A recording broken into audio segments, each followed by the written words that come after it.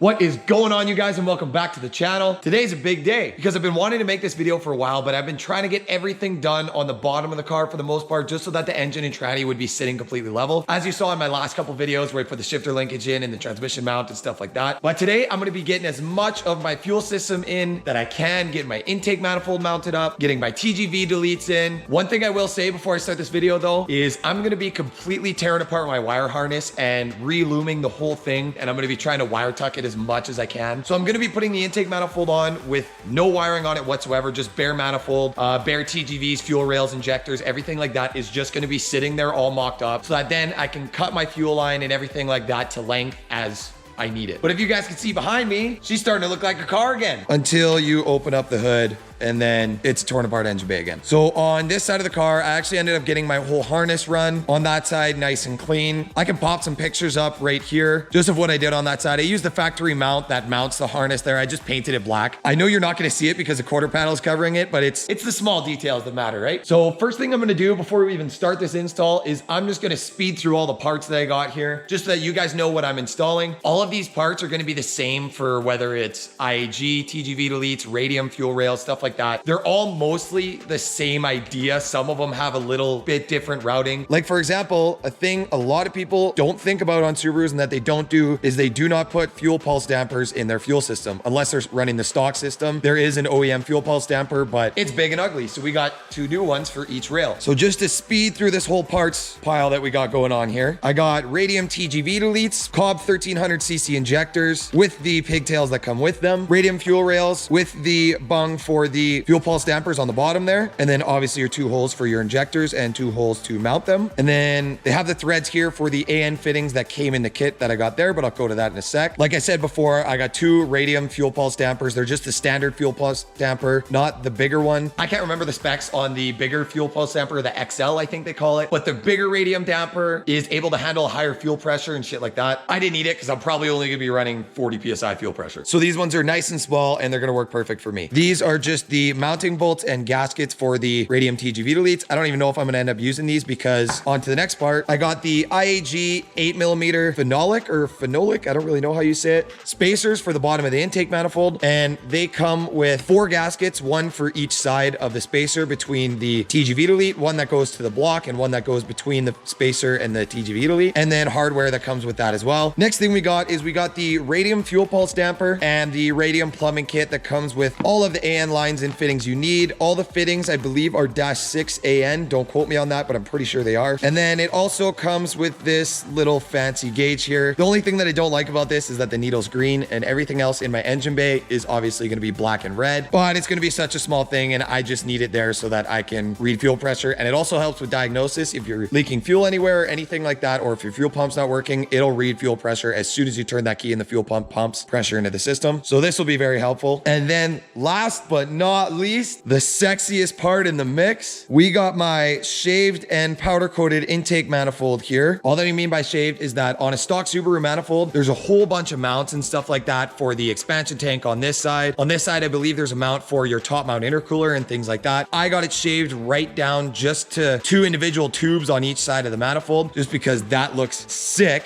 Like you cannot tell me that that doesn't look badass. And 2, I'm not using any of that stuff anymore. I'm deleting my expansion tank and I'm going front mount, so I don't need the brackets on that side. I'm also going to mount my boost controller, not on the manifold, because I want this amazing color to be shown as much as it can in the engine bay. And speaking of the expansion tank delete, that is actually the first thing that we're going to get to in this video. Before I get my intake manifold and everything on there, I'm going to cut the line for this expansion tank delete before, because it's going to be an absolute bitch to do it after, because the manifold sits right on top of the water pump line that you need to reroute. Just so you guys know what line I'm talking about this line right here that comes up directly from your water pump and then runs over this way up to the passenger side of your manifold and goes directly into the back of the expansion tank here. We're going to be getting rid of this whole line right to where this hose is right there. So what you're going to do is you are going to cut out this bracket right there.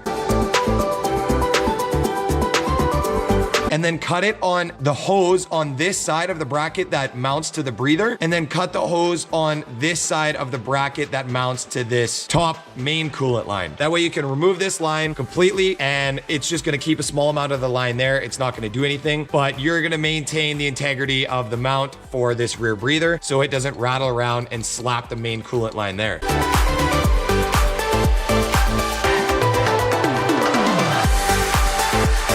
Okay, there we go. Now it's all cut off. Hopefully you guys can see what I'm talking about now. This is the line we cut out that goes to the expansion tank here. You can see where I cut it right there. And then I cut it on this side of that hose, on that side of that hose. And then we're gonna run a longer hose that will just hose clamp just like this hose was, but it's gonna be a longer hose that runs there back to your AOS. Then if you have a Garrett turbo, to your turbo, and then back to the head. If you have a precision turbo that doesn't run coolant through it, then you're gonna run straight from the AOS back to the head. But we'll get more into that in a later video. So where I fucked up was I cut this bracket. I got a little bit too trigger happy. I cut it. So now this is loose and it's gonna rattle around a whole bunch. So I'm gonna need to weld that back on there and paint it again. But for now, we're just gonna go ahead with the install and get the intake manifold and TGVs and everything like that put on. So I was just kind of playing with stuff here, you know, going through all the parts. And honestly, Radium, I'm a little bit disappointed with these TGV Deletes. Not because they're bad quality or anything, because they look absolutely killer. But I opened up this bag that comes with the gaskets and the hardware and everything like that. And I noticed there's 2 gaskets on there that mount between the TGV and the head, but there's no gaskets that mount between the TGV and the intake manifold. So we have the gaskets that go under the TGVs under there, but we don't have the gaskets that are circular, which go between the TGVs and the intake manifold. And I actually saw Radium includes an instruction link. So I went to the instruction link, and on the install, there's nothing about gaskets that go between the TGV and the intake manifold. So lucky for me, I still have 2 intake manifold gaskets left over from when I built my engine, because when I built my engine the first time, I took the intake manifold off with the TGV still on it. So I still got the TGV to intake manifold gaskets here. So before we get these on the car, what I'm actually gonna do is I'm gonna set this intake manifold to the side, and then we're gonna get the injectors and the fuel rails and fuel pulse dampers installed to the TGVs. And then we'll get the phenolic spacers and all the gaskets installed and get the TGVs bolted up to the engine. So first thing we're gonna do here is we're gonna get these Cobb 1300cc injectors installed to the TGVs and get these Radium fuel rails bolted up with the fuel pulse dampers on the bottom. What I'm gonna do is I'm just gonna take a little dab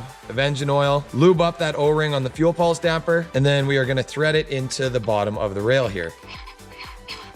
Get as tight as you can by hand. Here we go. And that nipple is actually facing the wrong way. We gotta restart these threads and hope it sits in a different spot this time. Same spot again, what the hell? All right, well, fuck it, I guess that's the way they're going on for now. I'm just gonna leave these hand tight, and then we're gonna get the injectors put in, and then we could get the fuel rails put onto the TGVs. So now, just like the fuel pulse damper that mounts into the rail, you're gonna take some engine oil and just lube up this top O-ring that slides into the fuel rail. Should be able to spin them in. There we go. That injector's in. And we can take another one. Again, lube that top O-ring and slide it into this port like that. Get this threaded on my hand again, and it's still sitting in the worst spot. Like, that's directly where the injector is. Maybe I can pop this cap off and rotate it at 180 degrees or something like that, because I want it sitting on the outside so I can hook up a fuel line to here, or a vacuum line or whatever goes to these. I'm not even sure yet. But yeah, now that we got this fuel pulse damper and both injectors installed into the fuel rail, now inside of your fuel rail box, there should be some phenolic spacers in there, or phenolic. Again, I don't know how you say it. Oh, and I ripped the bag. Oh, and both sides?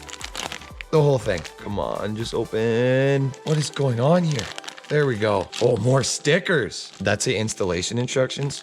Now you don't need those. Then on your fuel rail, you'll see that the spacer is bigger on one side than it is on the other. You're gonna take the smaller side, and that's gonna stick into your fuel rail where the bolts go through. And that's gonna provide the space for it to mount to your TGV. But before we do that, I'm gonna get these bottom O-rings lubed up on the injectors. Just like I said before, with a little bit of engine oil or Vaseline, whatever you got, lube them up. We're gonna keep our spacers on there, and we are just gonna put the injectors into each slot. Obviously rotate the connector away from the housing, and then you can just send them into place without losing your spacers all over the place. And then we'll give a fuel rail a push, make sure the injectors are completely seated. And Radium gives you these screws or bolts with a tapered Allen head on it, fit into the fuel rail. Now we can set our spacers in there.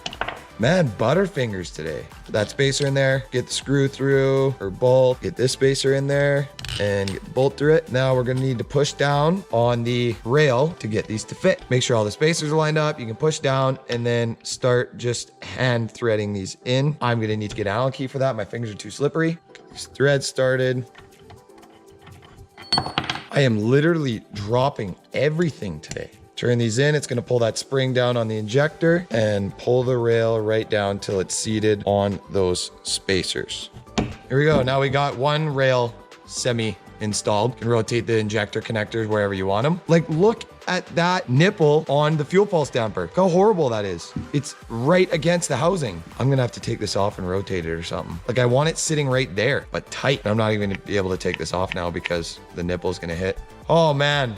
First time installing stuff sucks. Okay, so I ended up playing around with the other rail and I got the cap set on the fuel pulse damper to be facing away from the rail now, which is what I need. So I'll show you guys how I did that quick. So what I did with this fuel pulse damper to get it to fit on the bottom of these rails with those injectors and TGVs is I ended up taking off the cap of this fuel pulse damper and then just rotating the cap so that the nipple was facing outside of the rail. So the bolts on this fuel pulse damper are all little 3mm Allen keys. You're just gonna take 3 out of the 5 of them out, but leave 2 bolts that are directly facing away from each other because there is a spring there that holds the diaphragm in the pulse damper. Okay, so now on your last 2, just loosen them in stages. So I loosen one side, I'm gonna start loosening the other and keep pressure on it with your thumb because as you can see, that cap's gonna start lifting. I'm gonna take that one out until it falls out. And I'm keeping pressure on this with my thumb right now, and that's a strong spring. This is pretty hard. The most intense thumb war I've ever been in.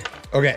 Then you can let go and you'll see that this cap comes off. You got your seal there for the diaphragm and the spring. So you're gonna leave the spring where it is, and then you're just gonna rotate this cap to where you want the nipple to be. So I got my fuel pulse damper completely hand tight. So when I snug it up, I'm just gonna snug it up a little bit so it's not gonna move the nipple much. I'm gonna put this nipple back on. These holes are what mount it to the rail. So I'm gonna want the nipple facing that way. When I flip it over, if I want the nipple facing this way, all I'm gonna do is I could either line the nipple up like that or that way, which they're basically the same. It's just one's facing a little bit more to the outside, I think, but it's not really gonna matter either way. So I'm gonna mount mine like this. All I'm gonna do is I'm gonna take one of my screws, set it in the hole, and make sure your spring is in there completely flat. And then on the top of the fuel pulse damper, it's just a cap that just squishes the spring. Now I'm gonna set it on top of that spring, get one of my bolts lined up there, get the Allen head on it, push down with your thumb. You're just gonna thread that one in a couple threads, and then grab your next bolt, drop it in there, line it up with your threads, start threading it in, and then you can get 2 of them directly opposite sides tightened up just to seat it, and then you can get the rest of them tightened up too. Here we go, they're all screwed down. I don't have Torx for these. I'm just gonna give them a little hand snug because to take them off, they weren't very hard to take off, and they're pretty small bolts, so just give them a nice little snug up by hand. All right, now that I got my fuel pulse damper nipple rotated to the outside so that I can get the hose on it, I can now get this rail reinstalled onto that TGV. So just like before, because I showed you this one the first time, I'm just gonna time lapse this and just bang through both of these. One more thing to note on these TGV deletes from Radium, for the 07 Plus, I believe, or any of the top feed Subarus, these threads for the intake manifold go facing towards the inside of the TGV on the opposite side of the injectors. On the side feed ones, I believe the 04s and stuff like that, it goes on the inside.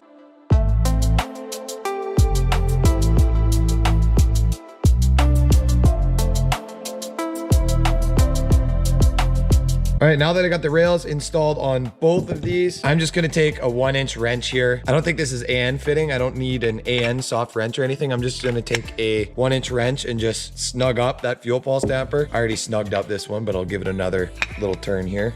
Just snug them up nice just to seat that O-ring. They don't need to be overly tight or anything like that. Now that we got these pretty much completely assembled, let's go get them bolted onto the heads. First thing I got to do here is rip all my tape I got on here off from when I was cleaning stuff, and to make sure no dust and debris got into the intake valves. First thing I'm going to do here before I get anything set on there, I'm going to spray brake clean on a nice clean rag. I'm going to take the rag and just wipe off all the mating surfaces on the head.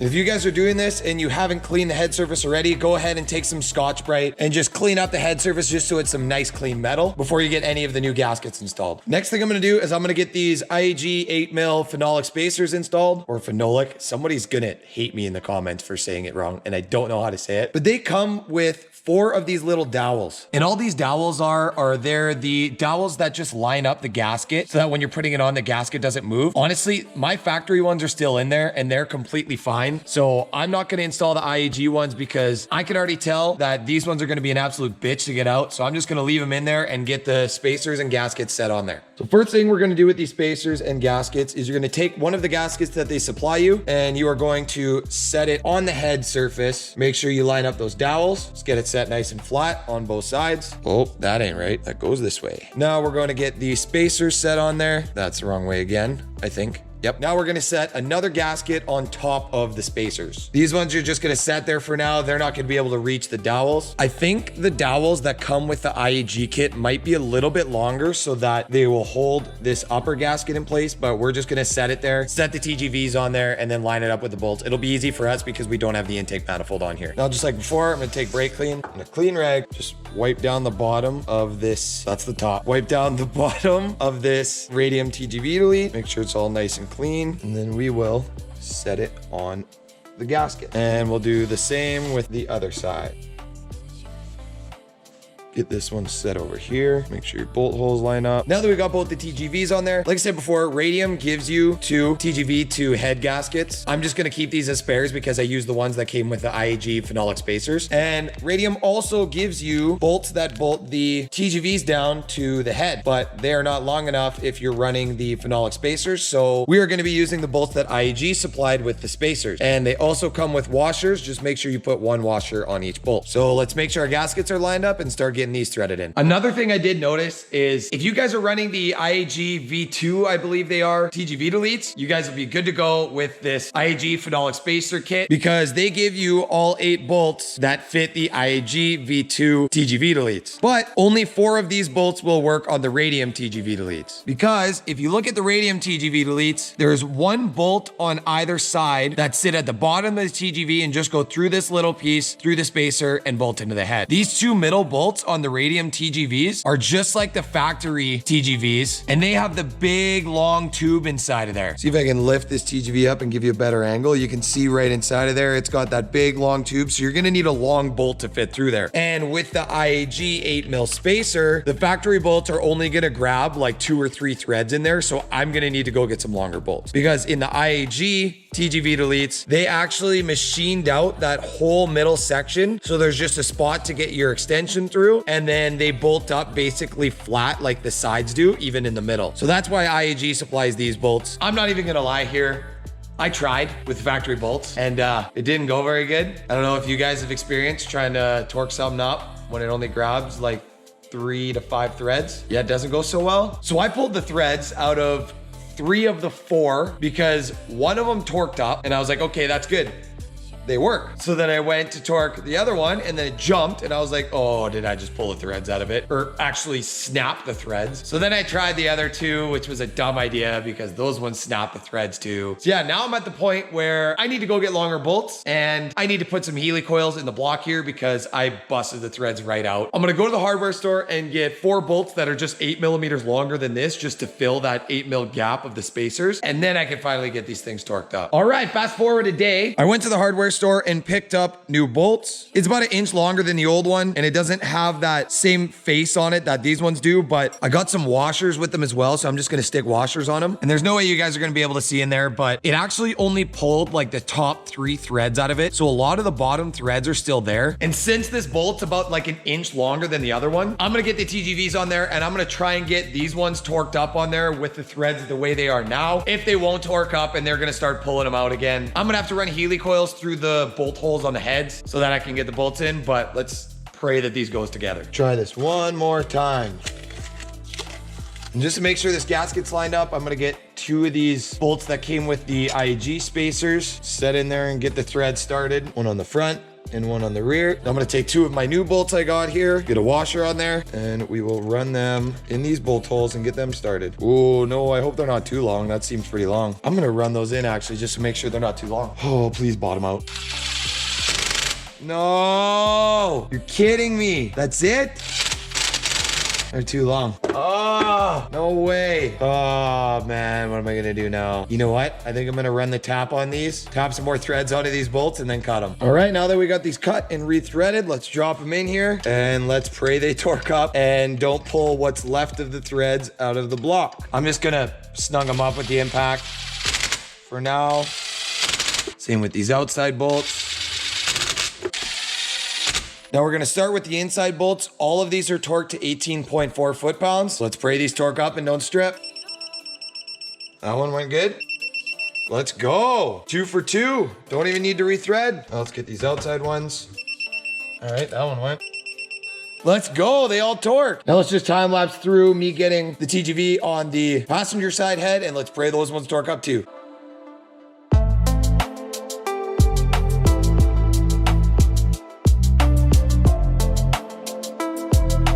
Hey, let's go. They all torqued up. 18.4 foot-pounds. They all torqued up nicely. So now let's get the intake manifold on there. First thing we're gonna do, just like all the other ones, brake clean on a rag, wipe down all your surfaces that are gonna have gasket on it. And we're gonna get our TGV 2 manifold gaskets set on there. And I'm pretty sure if these gaskets aren't too damaged, they're reusable because they're like a metal gasket, but I have new ones, so I'm gonna be throwing new ones on. I'm gonna grab my manifold just like everything else and just wipe off the bottom of it. Once you get that all wiped down, you can set the intake manifold onto your gasket. Oh, that looks so good. Now you're gonna take all of your intake manifold to TGV bolts and thread all those in by hand. These were all rusty and corroded before. I literally just spent like 20 minutes wire wheeling these and cleaning them to make them look new again. Because it's the small things, right? It's the small things that matter.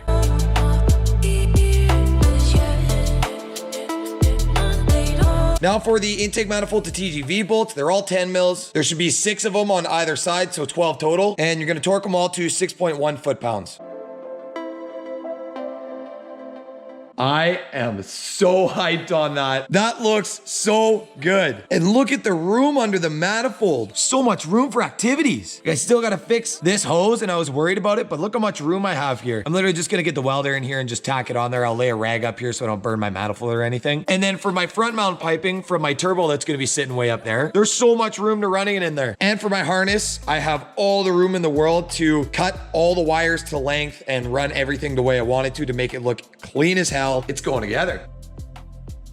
This is sick. But this is gonna be where I'm gonna end the video today because I got a lot more stuff I gotta install before I start running fuel lines. Like my brake master cylinder. I kind of want to do my wire harness at the same time. And I want to run all my coolant lines and AOS lines and everything like that. So I'm going to split this fuel system install into a couple videos. I already did a part 1, if you guys didn't catch that one, where I disassembled the stock TGVs and I tore apart the intake manifold when it was in its stock form before I shaved it and everything. So yeah, I'm super pumped with how this all came out. Like this intake manifold looks absolutely killer. Just the solid tubes like that. I had to keep this front mount just because that's where the ETS front mount kit is gonna bolt up. But look at those radium rails though. And the little red on the Cobb injectors actually matches the intake manifold. You can't really see it, but like I said before, it's the small details. So yeah, thank you guys for watching. Make sure you stay tuned for when I do the rest of the fuel system install and just get more parts on this thing because there's so many to get on. But make sure you guys don't click off this video because I got a little surprise at the end of this thing. This is 100% the coolest part of my engine bay. Like, oh, never mind. Just peace out. Look at this thing. I'll catch you guys in the next one.